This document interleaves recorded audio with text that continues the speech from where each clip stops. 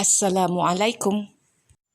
Last week, kita belajar 6 isim indicators atau tanda-tanda perkataan itu adalah isim. A quick recap before we start this week's lesson. Yang pertama, bermula dengan alif lam makrifah. Kedua, berakhir dengan tanwin. Ketiga, hujungnya ta marbutah. Keempat, berakhir dengan alif dan ta maftuhah. Kelima, bermula dengan mu dan berakhir dengan una atau ina. Dan keenam, second letter ialah alif berbaris mati atau alif mad dan berakhir dengan una atau ina. Sekarang kita sambung dengan isim indikator yang seterusnya.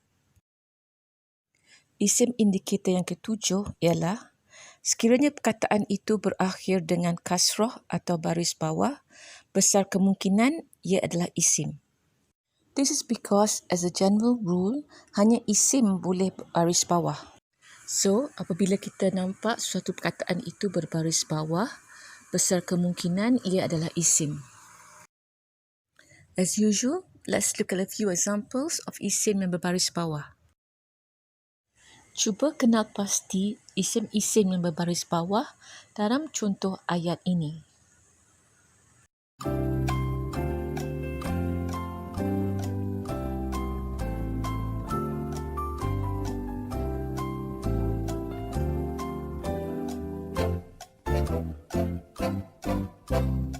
Jelas dalam contoh ini terdapat 4 isim yang berbaris bawah. Selain daripada isim yang berbaris bawah, ayat ini juga mempunyai isim-isim lain yang menunjukkan lain-lain tanda isim yang kita telah belajar. Cuba kenal pasti semua isim dalam ayat ini.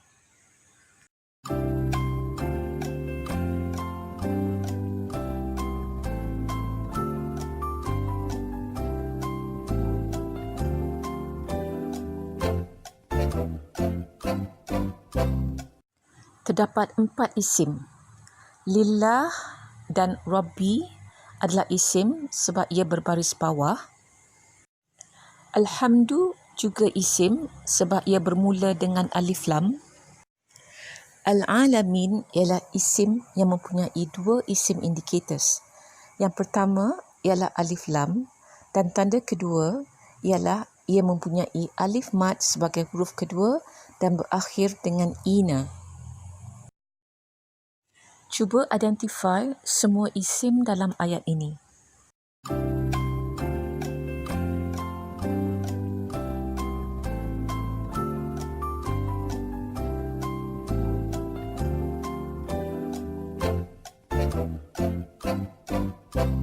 Walaili ialah isim sebab ia berakhir dengan baris bawah.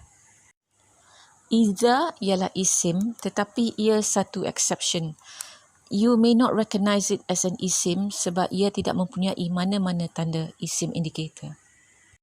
You probably think Yasri ialah isim sebab ia berbaris bawah, bukan? I need to tell you that you can find fi'il yang kelihatan seperti hujungnya berbaris bawah. Tetapi these are exceptions yang kita belum belajar lagi. Yasri sebenarnya satu fi'il. Kita akan belajar tentang ini much later. Okey, hanya 2 lagi tanda isim yang kita perlu belajar. Tetapi sebelum itu, you need to know a few things. Sesuatu isim akan berbaris bawah hanya disebabkan 2 perkara. Yang pertama, sesuatu isim akan berbaris bawah apabila ia diletakkan selepas huruf jar. Apakah itu huruf atau harfu jar? From our earlier lessons, kita tahu bahawa harf or in the plural form huruf is the third type of words after isim dan fi'il.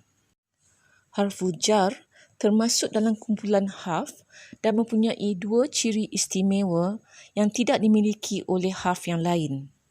Ciri yang pertama ialah dari segi kedudukannya di dalam suatu ayat, harfu jar hanya boleh didapati sebelum isim. Ciri yang kedua, Harfu Jarr akan menukar hujung isim itu kepada baris bawah. This brings us to tanda isim yang ke-8. Suatu perkataan yang terletak selepas huruf jar, ia mesti isim. I believe in the Arabic language ada 17 huruf jar, but we only have to learn 11 yang terdapat di dalam Al-Quran. Mereka adalah min, which roughly translates to daripada, ala, ke atas, an, tentang atau dari, ila, ke atau kepada, bi, dengan, ka, seperti, hatta, sehingga atau sampai, ta sumpah atau ta qasam yang membawa maksud demi, waw sumpah atau waw qasam yang juga membawa maksud demi, li bermaksud bagi atau kepunyaan, fi di dalam. Over time, you will need to memorize them because it appears very often dalam Al-Quran. Daripada 11 huruf jar, 5 daripadanya adalah single letter. Kita perlu lebih hati-hati dengan single letter harfu jar atau harfu jar yang satu alfabet ini sebab ia ditulis bersambung dengan isim yang mengikutinya. Ta qasam hanya boleh bersambung dengan satu perkataan sahaja, lafzul jalalah. Jadi ia agak mudah untuk dikenali. Sekiranya kita jumpa satu perkataan yang bermula dengan ka, bi, wa atau li dan berakhir dengan baris bawah, besar kemungkinan perkataan itu adalah kombinasi harfu jar yang bersambung dengan isim. Bila kita nampak harfu jar di dalam suatu ayat, perkataan selepasnya mesti isim. Let's look at the first example. Can you identify any harfu jar dalam ayat ini?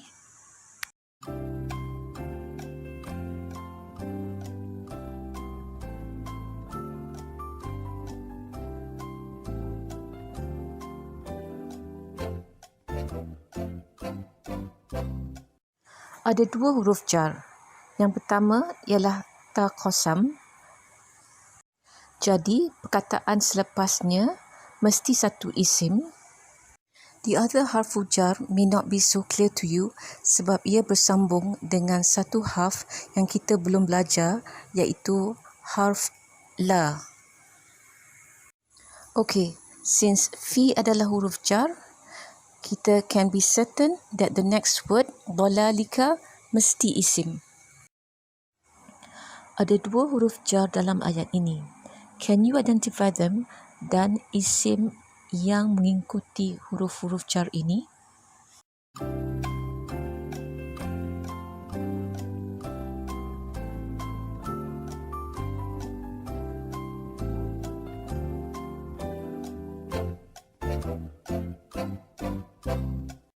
Huruf jar itu ialah bi dan min. Jadi, kita tahu hijaratin dan sijil mesti isim sebab ia terletak selepas huruf jar. Cuba cari huruf jar dan isim yang berbaris bawah selepas huruf itu.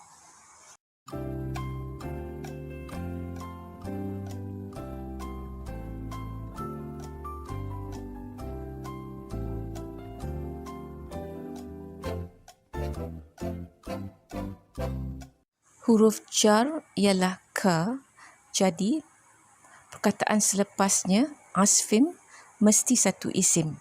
Malah, asfim juga ada tanda isim yang lain, iaitu tanwin. Kita sudah melihat bahawa sebarang perkataan selepas salah satu daripada 11 huruf jar ini mesti satu isim.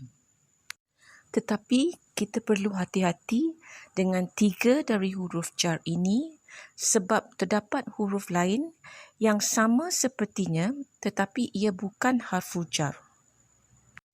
3 huruf jar yang mempunyai kembar ini adalah waw qasam atau waw sumpah, hatta sehingga, dan li untuk. There's another wa yang bermaksud dan. Wa ini boleh diletak sebelum apa-apa perkataan, fi'il, isim maupun harf. Wa yang bermaksud dan ini tidak akan menukar hujung perkataan selepasnya ke baris bawah. Malah wa ini is found more often dalam Al-Quran compared to wa qasam. Ada satu lagi hatta yang juga bermaksud sehingga, tetapi hatta ini boleh mendahului fi'il. Jadi hatta yang ini bukan harfu jar. Begitu juga dengan li. Ada 2 lagi huruf li yang boleh mendahului fi'il. So, bila kita nampak wa, hatta dan li, perlu lebih hati-hati. Jangan terus assume perkataan selepas any of these 3 huruf adalah isim tanpa menelitinya dengan lebih mendalam. Before we move on to isim indicator yang ke-9, let's go back to an earlier slide. Kita dah belajar tadi that sesuatu isim akan berbaris bawah only for 2 reasons, of which being placed after huruf jar is one of them. What's the other reason? The second reason is bila isim itu menjadi isim kedua dalam gabungan 2 isim yang dipanggil idhofah. Don't panic, I'll explain apa itu idhofah. So, apakah itu idhofah? Idhofah adalah gabungan 2 isim di mana it can be translated as something of something, namely first isim of second isim, dan isim kedua mesti baris bawah.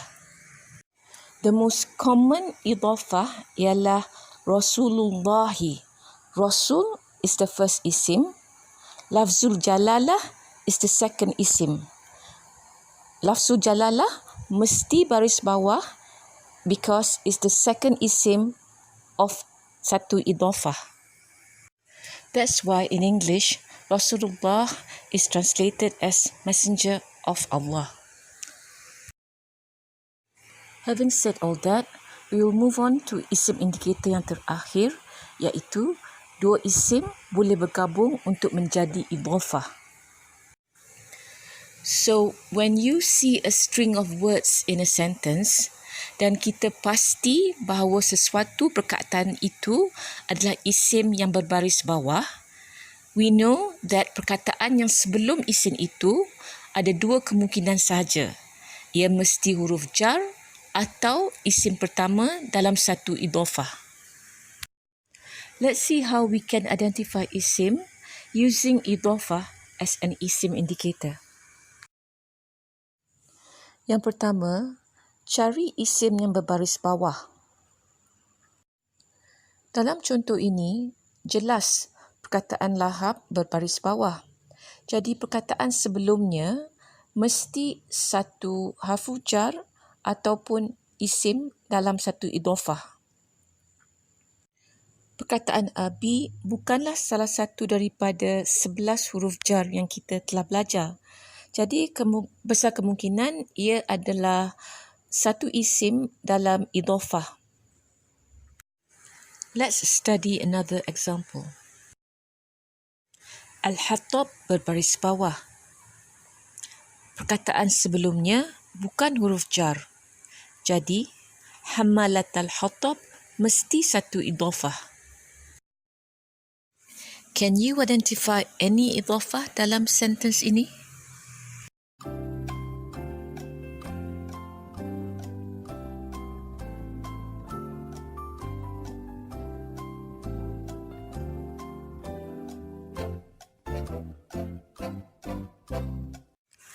Lafzul jalalah berbaris bawah dan nasru bukan huruf jar.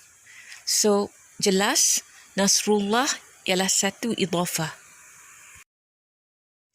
Alhamdulillah, over the past few weeks, we've learned 9 cara untuk mengenal pasti isim. You've been taught 6 isim indicators prior to this week. So, let's summarize what we've learned today. Isim indikator yang ketujuh, sebarang perkataan yang berakhir dengan baris bawah atau kasrah, besar kemungkinan ia adalah isim. Yang ke-8, sebarang perkataan selepas huruf jar, ia mesti isim. Dan yang ke-9 dan terakhir, 2 isim boleh digabung untuk membentuk idhafah, di mana isim kedua dalam idhafah akan berbaris bawah. We've also learned about Harf Jarr, and these are the 11 Harf Jarr yang sering terdapat dalam Al-Quran. Be careful dengan 3 daripada huruf jar ini. Jangan confusekan wa qasam dengan wa dan. Wa qasam ialah huruf jar. Wa dan bukan huruf jar. Similarly, jangan confusekan li untuk yang merupakan huruf jar dengan 2 huruf li lain yang boleh masuk ke fi'il. Dan hatta yang berupa huruf jar dengan lagi satu hatta yang boleh masuk ke fi'il. Okay, that's all for now. Until our next lesson, insyaAllah.